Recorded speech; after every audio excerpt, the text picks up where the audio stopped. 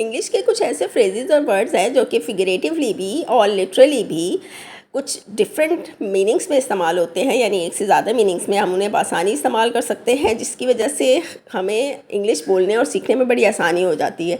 तो आज मैं आप लोगों के साथ कुछ ऐसे ही वर्ड्स और फ्रेजेस का इस्तेमाल सिखाऊंगी ताकि आप लोग बिना किसी मुश्किल, बिना किसी दिक्कत के बआसानी इंग्लिश बोल सकें। तो सबसे पहले जो मैंने जो वर्ड चूज़ किया है वो है फाइंड। फाइंड का मतलब ज़ाहिर है एक मीनिंग्स तो ये है कि किसी चीज़ को ढूंढ लेना, किसी चीज़ को पा लेना या गुमशुदा चीज़ को मिल जाना। तो इसका पहला एग्जांपल तो बड़ा सिंपल सा है, I found my lost sock.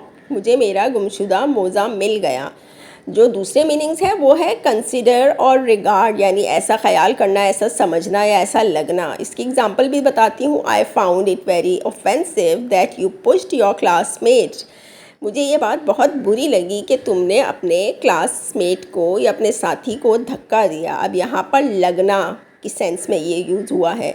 अब दूसरा जो हमारे पास फ्रेज़ है एक, जो कि है गो ऑन। गो ऑन का वैसे तो मतलब है कंटिन्यू, जारी रखना।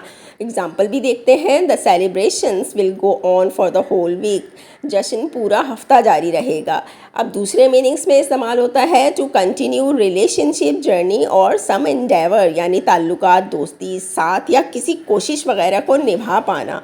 For example, I am sorry but I don't think we can go on with our relationship any more. I'm sorry but I don't think we can go on with our relationship anymore। माफ़ करना, मुझे नहीं लगता कि हम इस रिश्ते या ताल्लुक़ को मज़ीद निभा सकेंगे। हमारा नेक्स्ट फ्रेज है ड्रॉप ऑफ।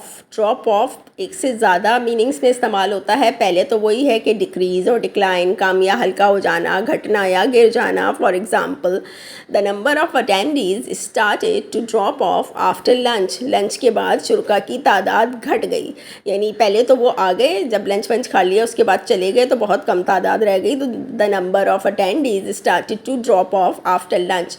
और दूसरा इसका एग्ज़ाम्पल है जो कि है फॉल अस्लीप के लिए यूज़ किया जाता है। जी हाँ, ड्रॉप ऑफ को हम फॉल अस्लीप के लिए भी बोल सकते हैं, यानी सो जाना, कुछ करते करते सो जाना।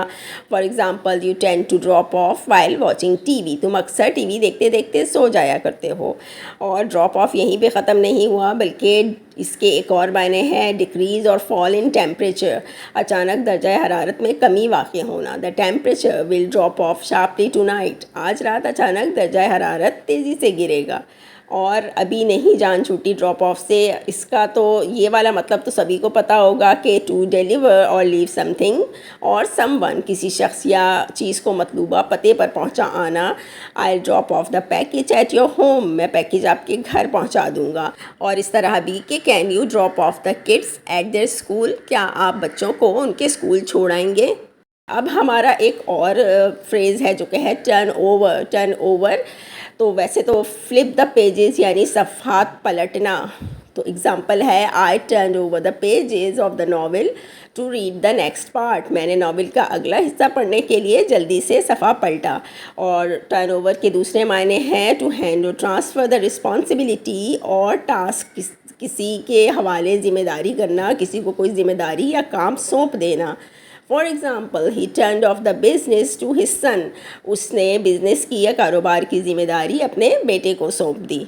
इस तरह के बहुत सारे फ्रेजेस हैं। अगर आप लोगों को ऐसा लगता है कि इस तरह की वीडियो से आपको इंग्लिश बोलने और सीखने में फ़ायदा मिल रहा है तो प्लीज़ मुझे कमेंट सेक्शन में ज़रूर बताइएगा। अगर वीडियो अच्छी लगी है तो प्लीज़ लाइक ज़रूर कर दीजिएगा और मेरे channel English learning with Shumail को सब्सक्राइब कर लीजिएगा। All the best wishes for your success.